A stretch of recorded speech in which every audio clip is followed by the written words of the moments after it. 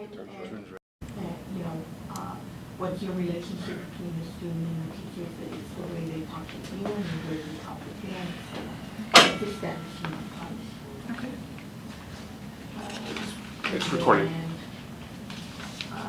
5, the language, and creating conditions for language learning. You know, how do you develop the language for biology? You know, talking about biology, you know, what are the strategies that you use to promote the language development, and especially in EL students, or especially need students, but for everyone. Okay. Building that language continuum. And then 6, culturally inclusive content, expanding knowledge acquisition. We're observing students' responses to materials that you use, and I see that you're going to be putting out materials for these kids.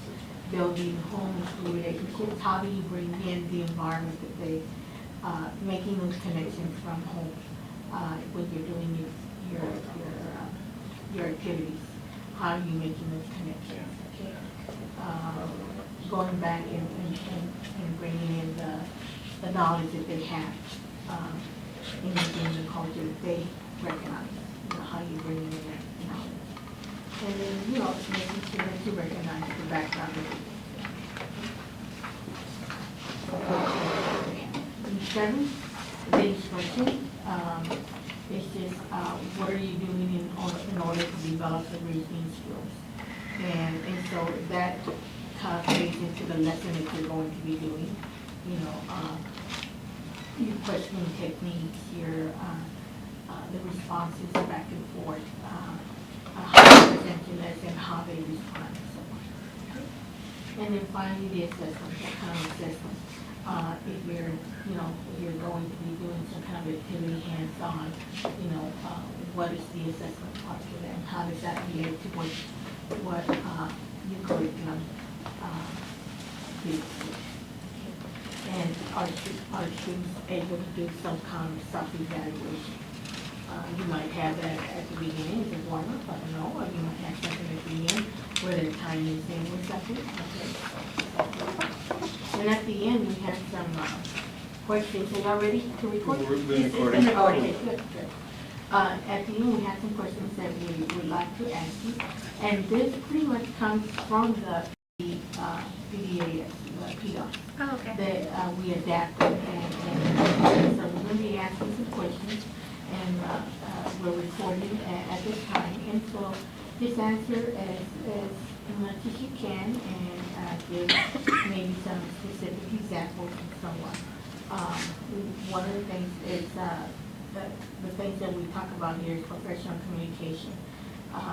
And it talks about describe and show examples.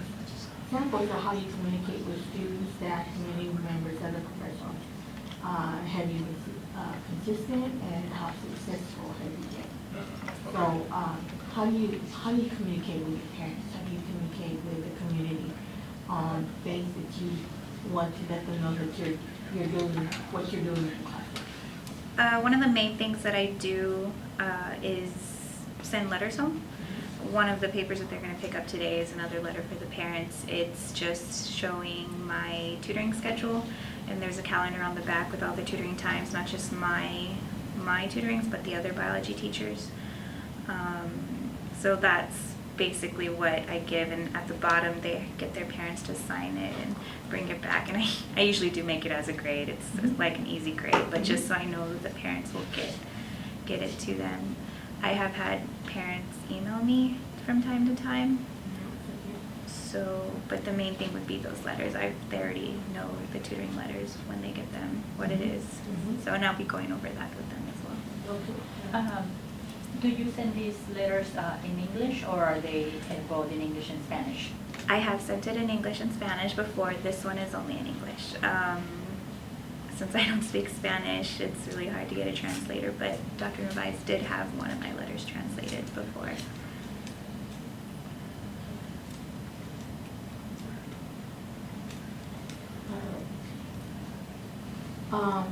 Under professional development, How have you successfully accomplished your professional development goals and those of the district and the campus? What have you done for professional development? Well, I joined another program. It's a year-long program. It's called the TRC. It's with Region 20, and they offer like a lot of opportunities for professional development. So I'm always going to some sort of workshops, and there's this one teacher she used to work at Churchill. We got her to come in and help us with our 10-day countdown, and so I've incorporated a lot of her activities into my classroom, and the students always love those activities because there are a lot of hands-on stuff that gets them up and moving. So, and I decided to join that program again for this upcoming year. So in the summer, that's what I spend the whole time doing, those workshops. Can you give us an example, a specific example of a strategy that you have learned from the teacher that came, that you observed her and then that you adapted it in the classroom? Vocabulary, how she approaches vocabulary. She uses the vocabulary magic. I don't know if y'all have heard of that, but it ties in the pictures, the words, and the definitions together. But they're working in groups of 2 or 3, and they're talking about it. They're first thinking, it's like an introduction activity, so they haven't had any of the content before, and I'm giving them the vocabulary. So they, based on the pictures and the definitions, they have to try and figure out what belongs together and say why it belongs together.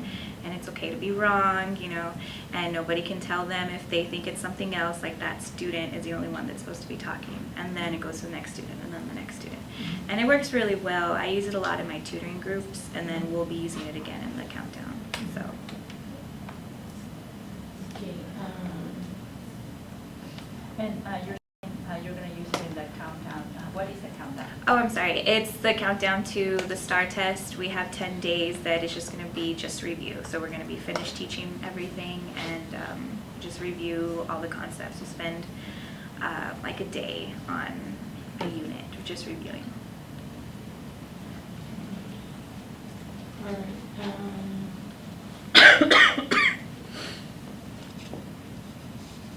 All right, let's go down to the last one down here. Improvement academic performance. You talk about countdowns. How do you diagnose student needs and provide performance feedback related to the team's objectives? We always have a day where they pull out all the teachers and we just analyze the data, analyze how they're performing on their CBAs, their unit exams, any formatives that we may give. We just gave them a benchmark, so we identify the weak teaks, and that's how we planned what topics we want to go over on the countdown.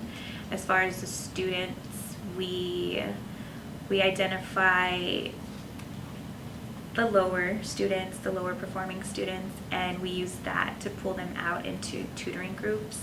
And so one day a week after school, I sit with them for an hour and we just review. And I've also been coming in on the weekends with them on Saturday afternoons. I give them more opportunities to come in and just review content. The Saturday reviews, is that something that all the teachers, or there's a group of teachers that come and do that here, or how did you get selected? It's kind of half and half. I decided to do it on my own with my own kids. We always have the Saturday, like 2 or 3 Saturdays before the test where it is all of the teachers, but the past 3 Saturdays that I've come in, it's just been my students and myself. And I always give them pizza and, incentives to try and get them to come. But I always get at least like 20 students that come in. That's great. Yeah, I know. I'm really proud of them. This past weekend, I had it on Friday. It was Good Friday, and I still had like 18 students show up. So. Just going on policies, operating procedures, and requirements. How have you successfully contributed to making a whole school safe, orderly, and a stimulating learning environment for your students?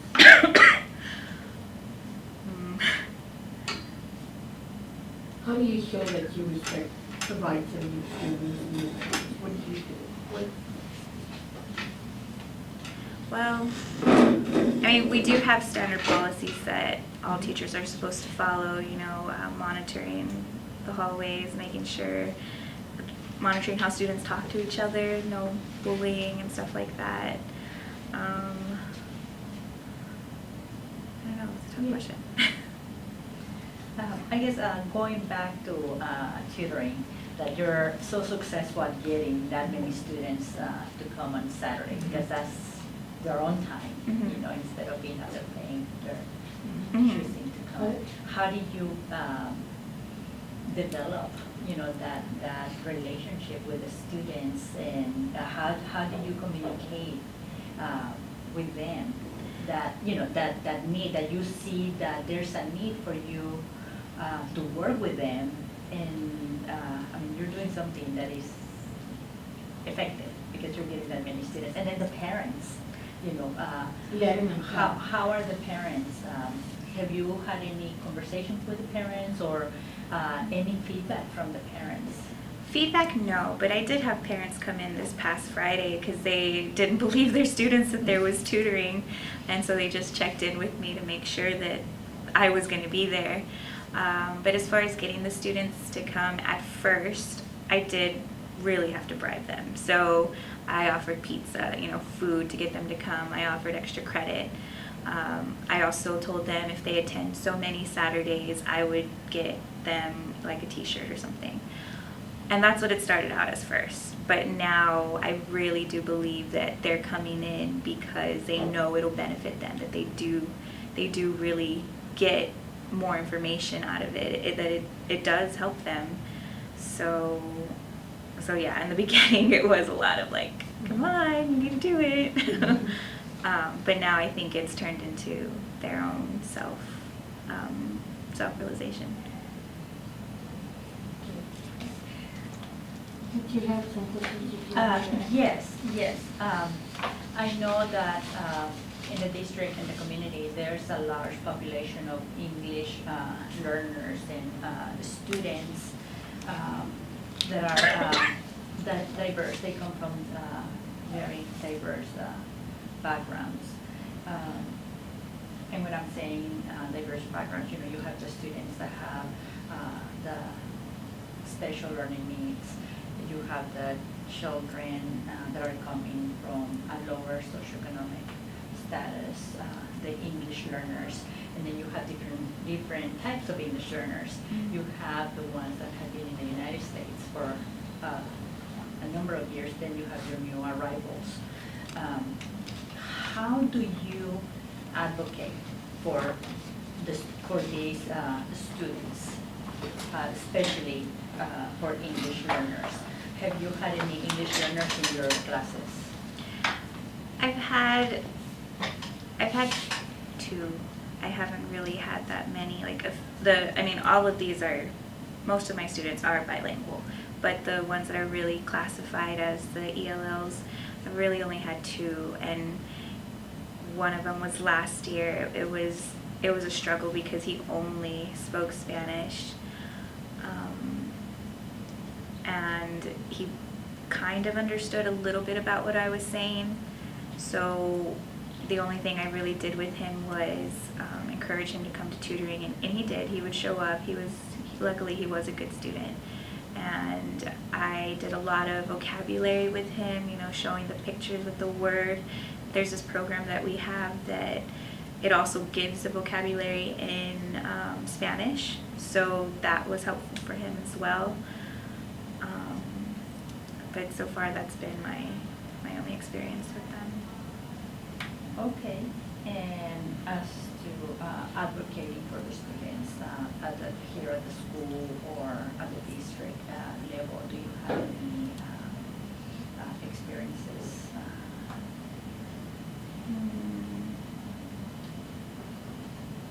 I don't think so. What about your leadership?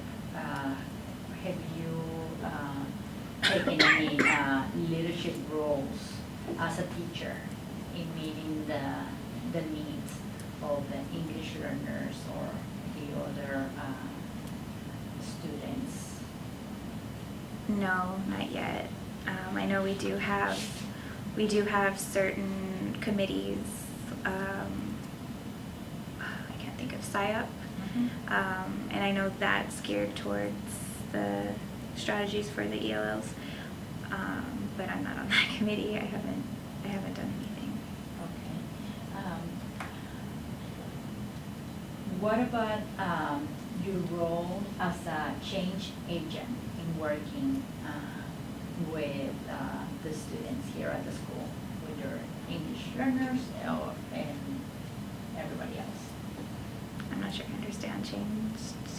Change agent basically is, when you're looking at the conditions of the school and you're taking some initiative to make some recommendations, positive changes, or you're doing some things either here in the classroom or out To improve the environment, improve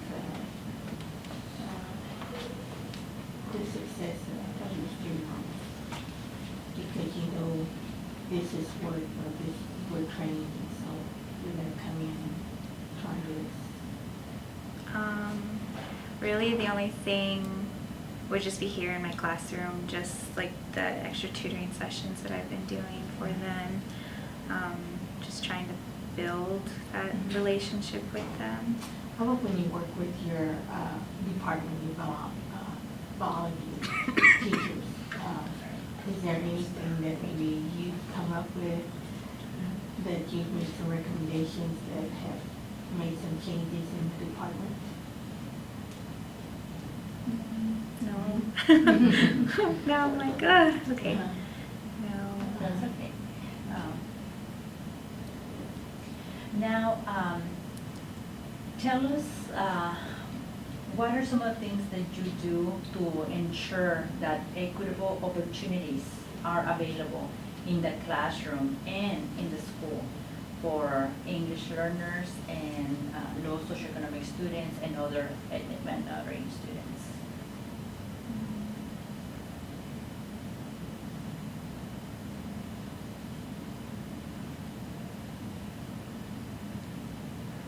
I don't know. And that's okay, you can come back Yeah, to that later. I feel like I just keep going back to the same thing. It's just, the being here outside of the school hours, willing to help. I've had other students come in that aren't mine. I even had 3 students from Kennedy come into one of my tutoring sessions. So as far as that, like the open door policy, that's probably the only thing that I've done. Okay. Are you involved with any extracurricular activities with students? UIL, or what are some of the things you do? I do UIL. Surprisingly, I'm the journalism coach. It's really random because I'm a science teacher, but okay, they asked me and I did it in high school, so I did it. And then I am also the junior class sponsor.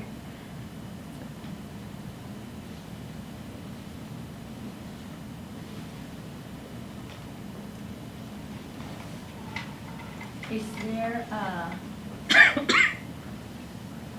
any activities that you feel, or professional development that you have found? I know that you already shared with us the information regarding PRC with the Education Service Center, that there's a teacher from Churchill that has come and modeled or provided additional professional development opportunities. And in addition to that, are there any other useful professional development sessions that you feel that have made a difference, that you really liked, either offered by the school district or at UTSA, specifically in preparing you to work with English learners? The school has done a few campus initiatives, and I really do think they've been helping the ELLs. There's sentence stems. I know it's a small little poster up there, but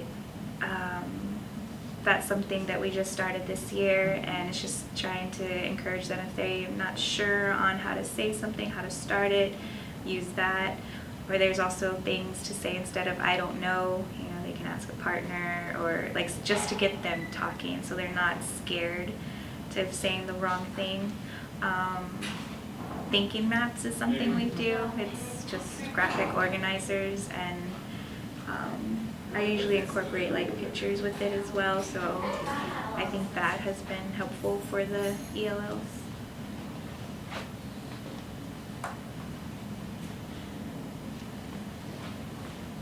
Can you provide us another, I know that you mentioned that you invite your English learners to tutoring sessions, and you have the sentence stems and the graphic organizers. Are there any other examples of ESO strategies that you use with your English learners when you're teaching science? I usually get them to say the words out loud, like the whole class, and I mean that's really geared for the English language learners, but I do it as a whole class just because I know a lot of the times when they're taking the test they see a word that they don't know and they tend to like freak out and shut down on some of the questions. So if they practice saying these words that they don't know, they're not as intimidated when they see words like that on the test. So it gets them like pronouncing it and speaking. Okay, can you share with us an experience where you have seen someone model or perform an activity that you wish to integrate into your teaching repertoire? If you have not integrated it yet, one that you have seen and you would like to integrate, or one that you have already that you have already done it with the students? One that I haven't integrated as much that I really, really would like to is the project-based learning. I've been to sessions with UTSA as well as here in district, and I've done it once, but I haven't done it again. So I mean, I do projects, but not the project-based learning. And the strategy that I have done that I really do like is the vocabulary magic. And that way you actually saw the teacher Yes. model it, and you're been using it, and Yes. you feel that that's a good strategy. Yes. It really is. I like it. How successful have you been with your English learners? I like to think I've been successful. Can you think of an experience of success that you experienced in working with them? I guess just hearing them actually speak about the content, or like when I've used the vocabulary and we go back to it, like they're like, oh yeah, I remember this, miss, and or I had one student over spring break. He missed like 2 or 3 days before we let out for spring break. So when I saw him when he got back, he said, "Miss, I had a vestigial structure removed." He had his appendix removed. So, and he's like, "You taught me something. Aren't you proud, miss?" So things like that, hearing them use it, the vocabulary in regular everyday life. So I was so proud of him. What additional training do you wish you would have had for working with English learners or students in general at your school? I guess just more strategies, but using the science focus, because it's been more general, how to deal with them, but have more science background, how to actually apply it in my classroom.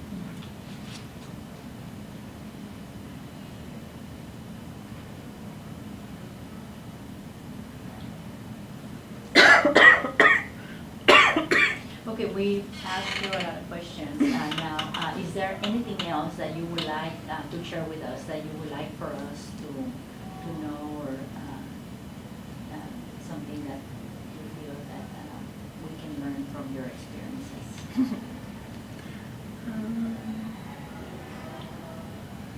No, not right now. Okay, Ms. Effie, do you have anything else? How about, can you share any experience where you received some feedback from your mentors or colleagues or administrators about working with your students or with, with the English learners, but also with your students in general?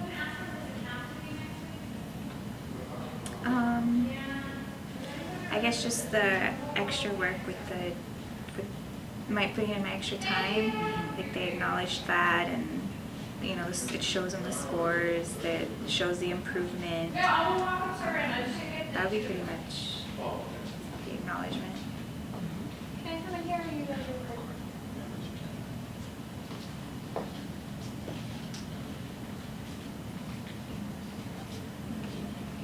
And the students, what are their reactions, after they come to tutoring and then they see the improvement?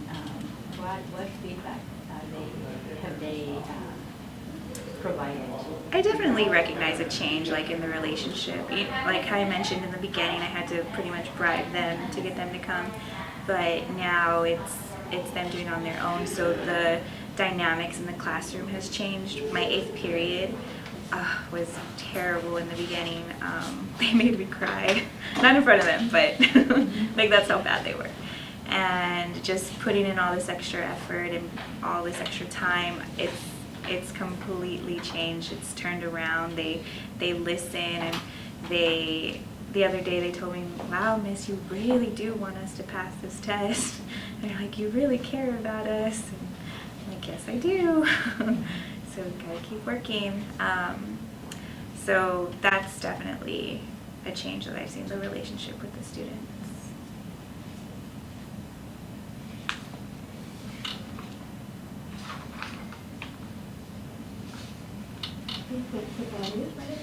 Well, thank you so much, and we're gonna be here. This is gonna be, your next class is gonna be biology. Yes. And let me ask you a little bit about your students. How many students do you have in this class that we're gonna be observing? It's 29, I believe. 29, yes. Do you know how many girls and how many boys do you have? Oh no, there's not that many girls though. Okay. The boys overpower. Okay. And yes. Do you have any English learners in this class? Yes. I can get you the numbers though. Okay. And now their ethnicity, are they Hispanic, Latinos, African Americans? Most of them are Hispanic. Most of them are. But there's one or two that's white, I guess. Okay. And do you have students that are the students with special needs In that in class. your class? No? What about any student that is classified as GT? Yes, I do. Again, I can get you those numbers. I don't have them off the top of my head. And In that class, I actually do have a lot. and you mentioned that most of your students are bilingual. Yes. Okay, then we can get these numbers from you. but that's just the basic student demographic information. And so Mrs. Ball, she's showing these 9th or 10th graders. 9th. Is this a pre or just regular balls? Pre-AP. Pre.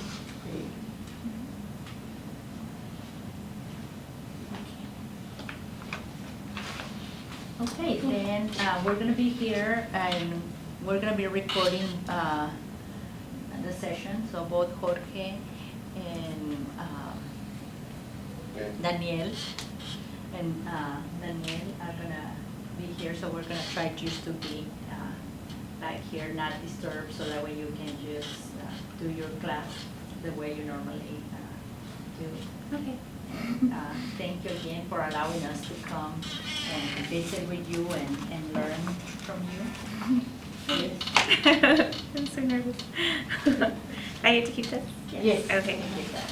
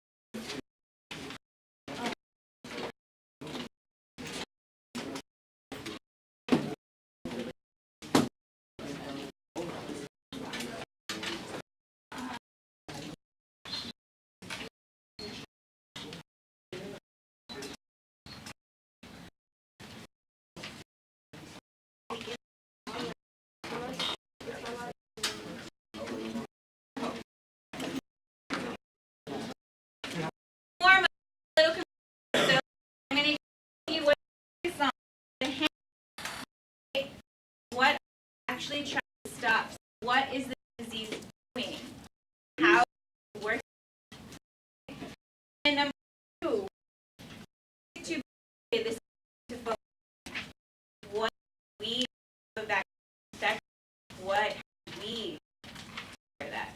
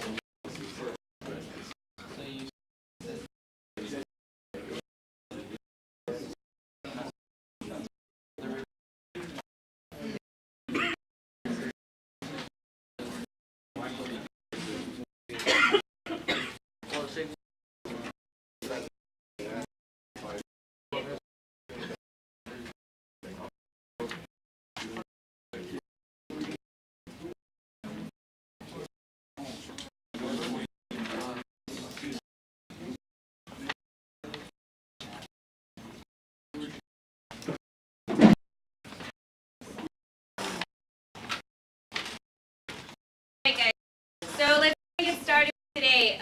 Before we do today, after is the plan actions about biology. Before we, I want to turn this way. Supposed to pick it up.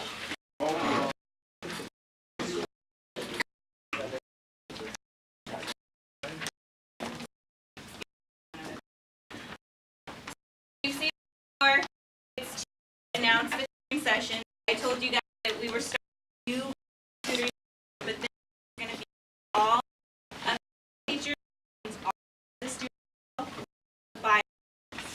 Okay. So, and so let me get you to read this paragraph.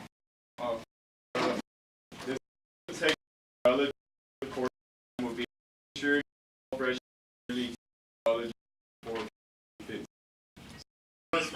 Technology EC in order to earn a high school diploma. In order to that you're properly prepared, you have an entered career-based and teach it whenever it has come to biology. Okay, so your biology exam is 4, right? That's what made the be with. That's what you're going to say. Okay, commentary reading.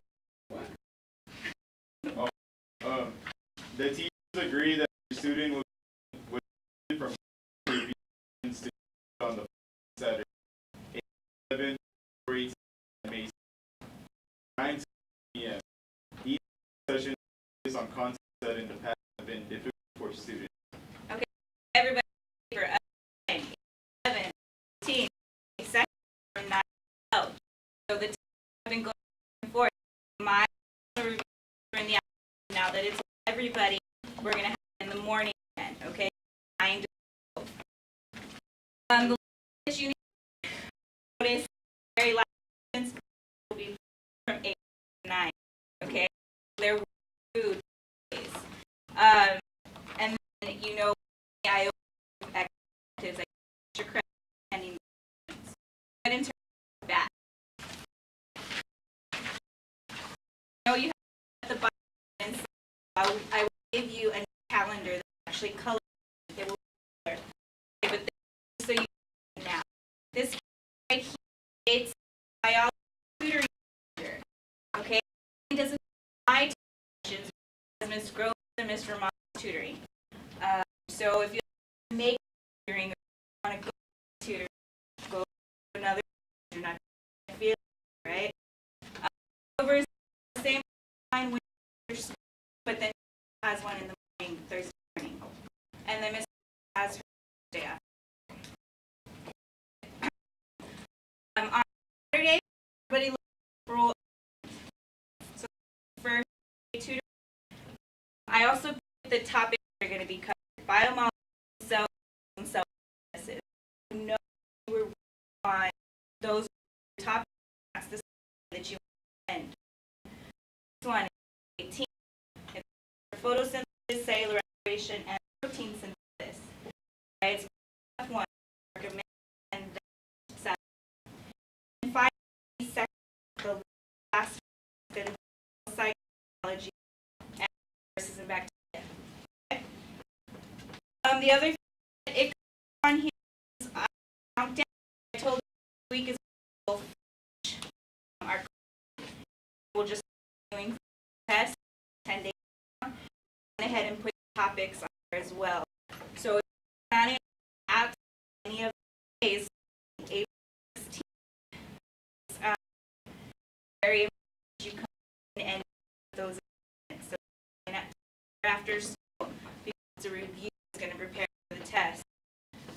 So put that to get behind your because it shows them if it let's go ahead and go over the method.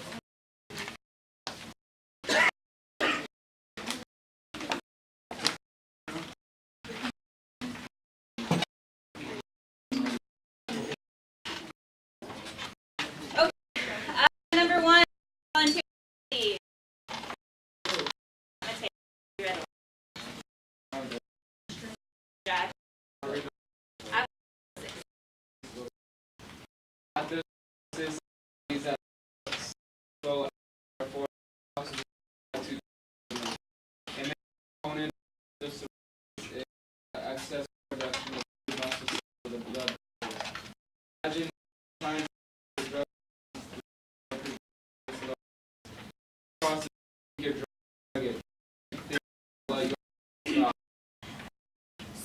thing that you pay attention here is excessive retention of muscles. Okay, excessive retraction. So the hand is telling you trying to stop. So what would you like to do? What would be targeted? The next. The reaction process that being learned. So production. Okay. So then number 2, some secretions bacteria with food. What type of substance are you producing this from? Antibiotic. Good job. Okay, so these 2 more questions on the back, right? So same page. So here your choice. We're going to the very one about the disease. So what would target the process? Cell division. Very. Why cellular division? Because cellular division. Is that breaking down? So Breaks down those and make AT. Very good. So the question, or back to that, maybe I'll remember y'all got that right. Did remember the section benchmark same thing. So which is what help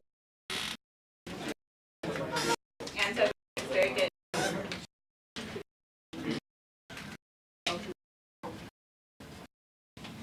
So we're moving to the paradise lab.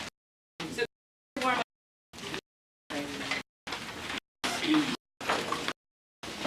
Okay, so paradise lab means yes, yes, easy though. You're just harder flowers. Okay, how many of y'all have flowers? I've never. Flower show? Store? Have you ever flower section? What's it called? There's like that. How many of y'all have you looked at flowers? Flowers? Okay, well when you're in, have this yeah, the girl. So, activity, you're done. All right, let me get Frankie the first graph.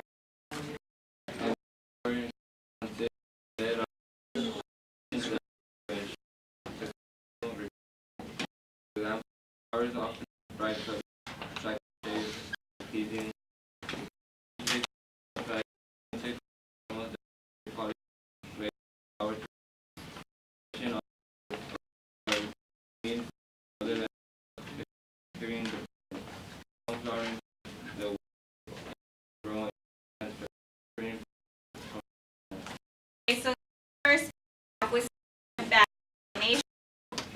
One way that plant be pollinated or that pollen can spread. Bees that in. Good. Second graph. Get will you Plants that flowers are angiosperms. The following is each which new embryo. So the flower are found in whorls or petals are of the whorls. They are terminated side they blood. so things in and terms about our about the bird that's tree map on the location plants. Plants that see 2 regions. Gymnos and germs. Angiospheres are flowering, so is an angiosperm. All right, and then the third graph. Get you read it.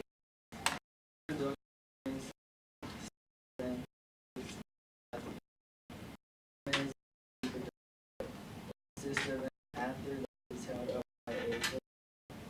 After this is pistol production is called release ensure falling into the middle starting structures are large. So, thank you. We went over the structures of the we have the skin, which is the male productive parts. That's where we have the and the pollen is produced. Okay, so for all that's down lower. Then we have carpel, which is female reproductive part. So it includes the stigma, then going to the style, and finally the ovary. This is going special about stigma. Stick. Why do you think it needs to be sticky? Pollen to it. Good. Okay. Now we're gonna start the section. Okay. So what I'm gonna do with you guys is we're gonna first dissect together and in the parts this. Okay. So then we'll go back and I'll let you answer the questions. Very come together. Sure you did everything. So one, the how you're it up, pass out. It's gonna be long tape. That tape needs to last you the whole class. So use strip one. That's when my period do that. Okay, you need for other. Number one, locate the outer layer of our parts. These are the sepals. Carefully move the. Okay, so with you break parts away, but to pull the sepals, they're the other ones. They're ones that are actually bigger than the rest. Okay, so they latch in your so pull the.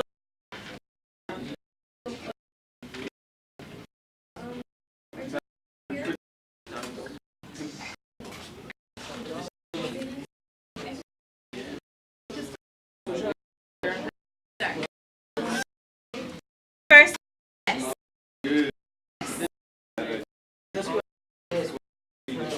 Yes, you're not.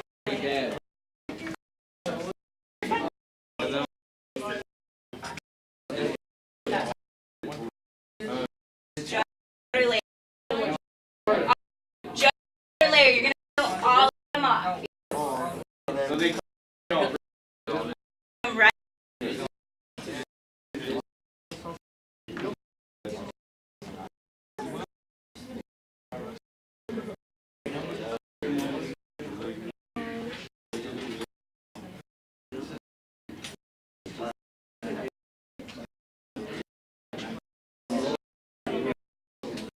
Alright.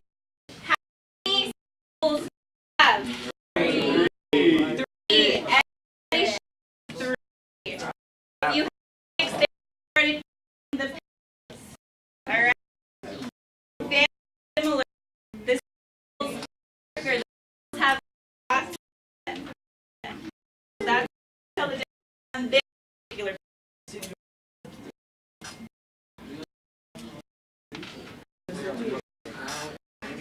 Okay, so on the table, you need to remember to have in a little pass if you're then, and then tell me the position. All right, what's the position of this people? It's the outermost layer. I think it's for the plant. Good.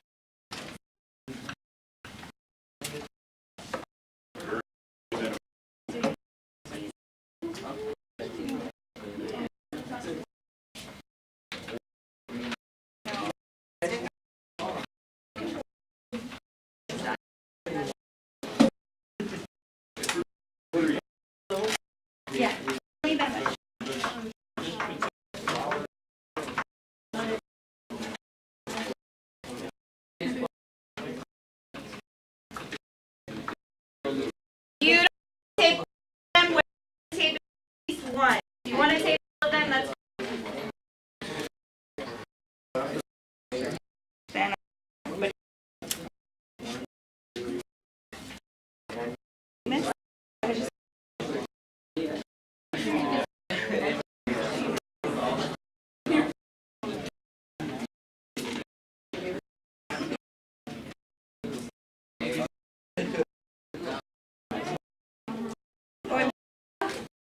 Sorry. I did skip everything.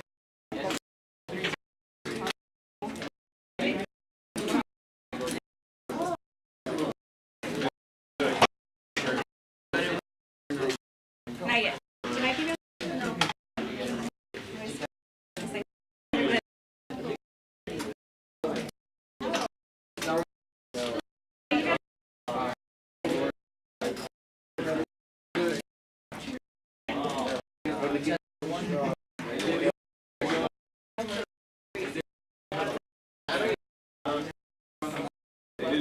Hey, I forgot to tape. Should have been at your desk. Sorry. Okay, so let's go on to what we're going to do questions and action section. Number 2, I the pen. These next layer of flower parts. Carefully remove each pen. Okay, so those are instead of dots.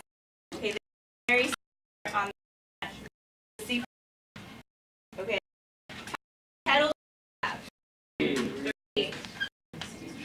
Okay, head and at least petal your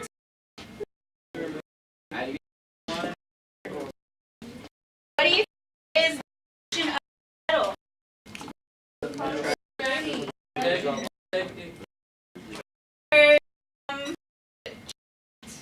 Trap. Trap. So they're already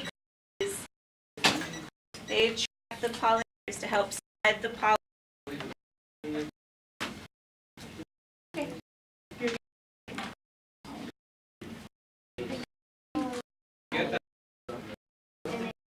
But we're not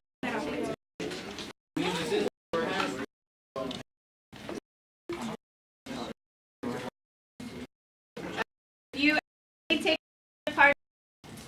Okay. We're gonna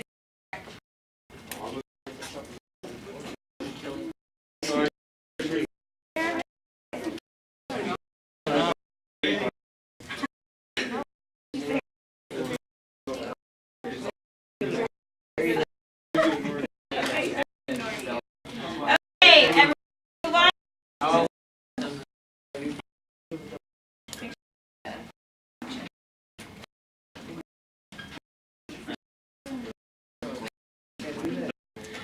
Okay, number 3.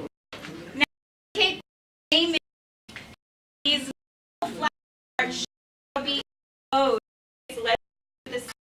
The skin contains amphibia. Okay, so that's where the pollen is made.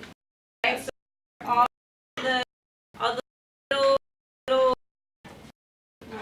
except looking with that the so after and you're filling it. Yes. Pull all out. Fortunately, flower is the part that can't really as much. But so look up here. This little looking pollen. That's where. Okay. It's they didn't have a selection. No.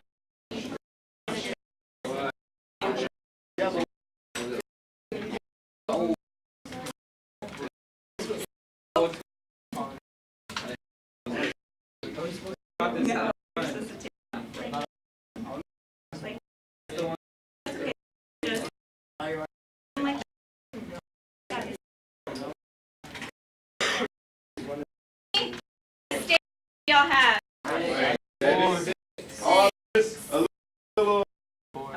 Okay, so have some different that's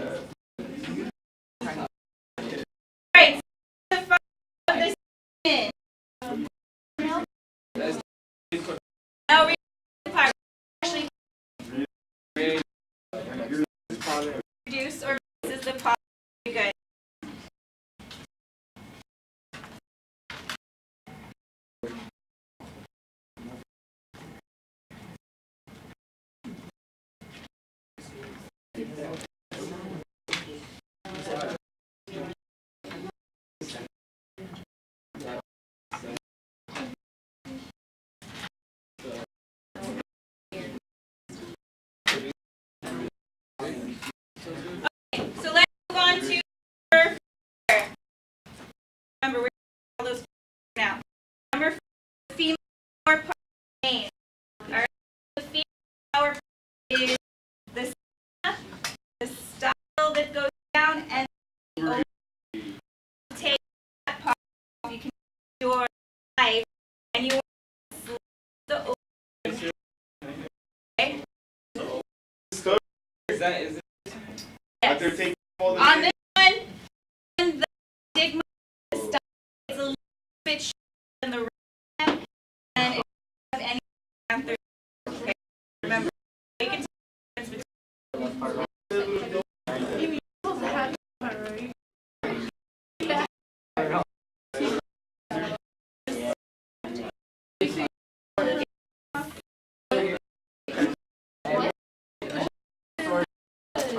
that's okay, just go with it. That.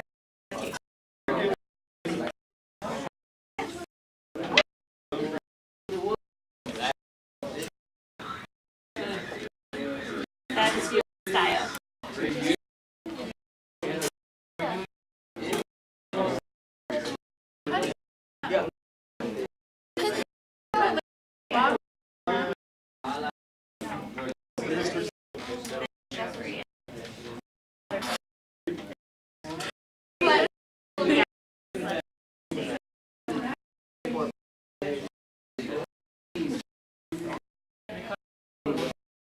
Yeah. All right. You can over. Yeah.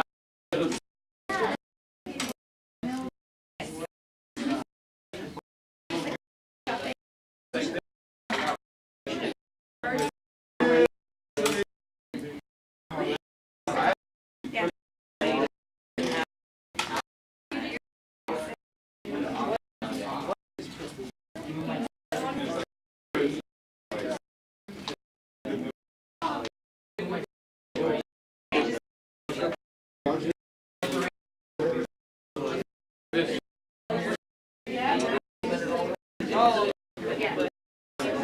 All right.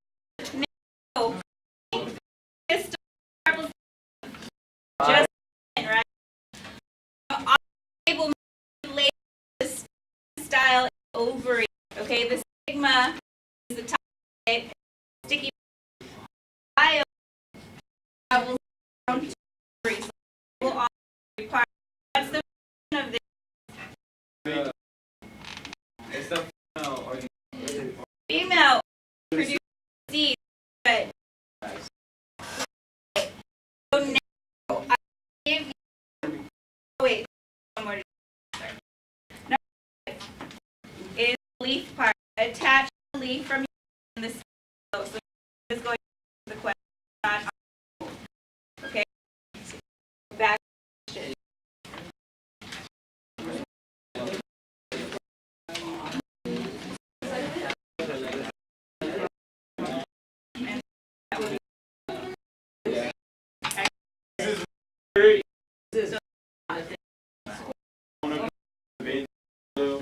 That was my next one. Yes. Very good. Yeah. All right. Leave. If y'all your leave, you'll take.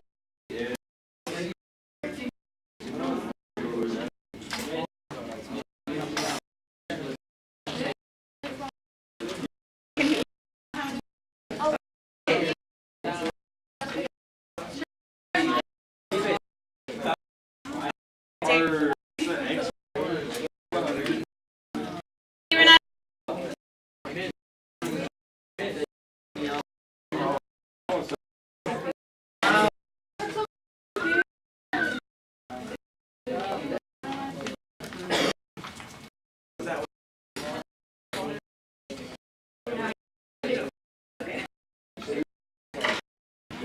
Okay, so we're start about it was icon number 6. See that question.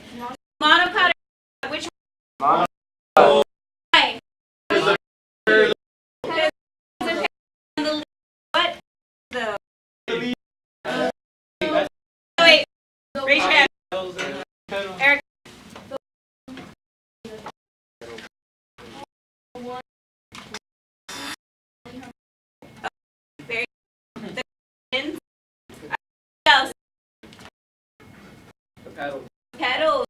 What about they have pulled 3, so that's the answer for 6. Okay, it's to back answer the rest of them, and we're gonna come together and check it.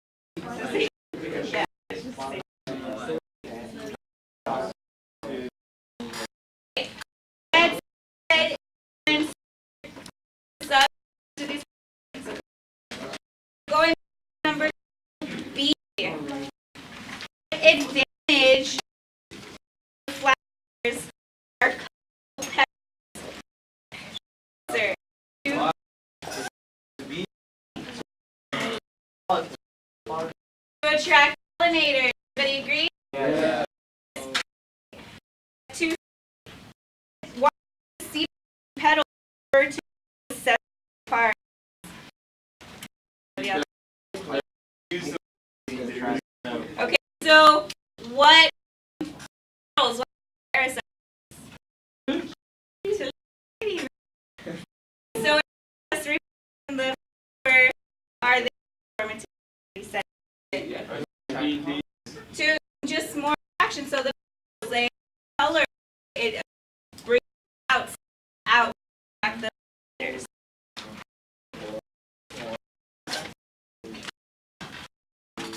Number 3, 3B. So we're going to male reproductive part. When after use, to name your part elevate anther. Filament. So few of you had the word elevate. That means lift it up. Okay. D. Why important elevate anthers? Okay, let me raise your okay, too many. Okay, it's the why I think behind OCL is easy access the pollen spread. Right. Describe two ways pollen grain can get to the stigma of a pistil.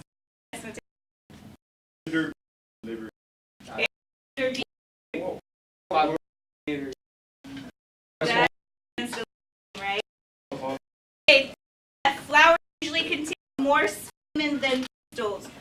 Why do you think it is so it can more pollen, ain't more yet, right? For B, name the flower part that they and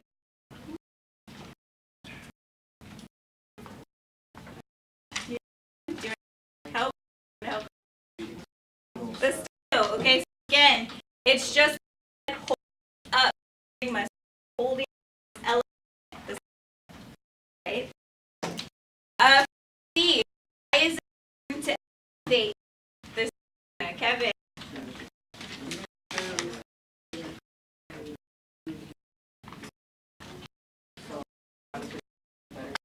So calling better read, right? Yeah. Okay. For D, how is the structure of this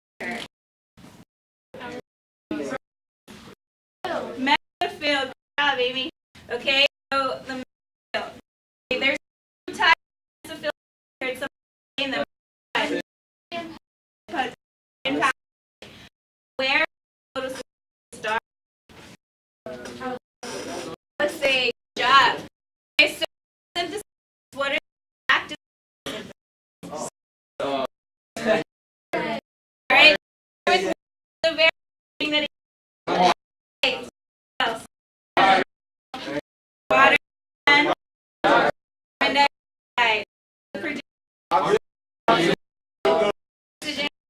very good.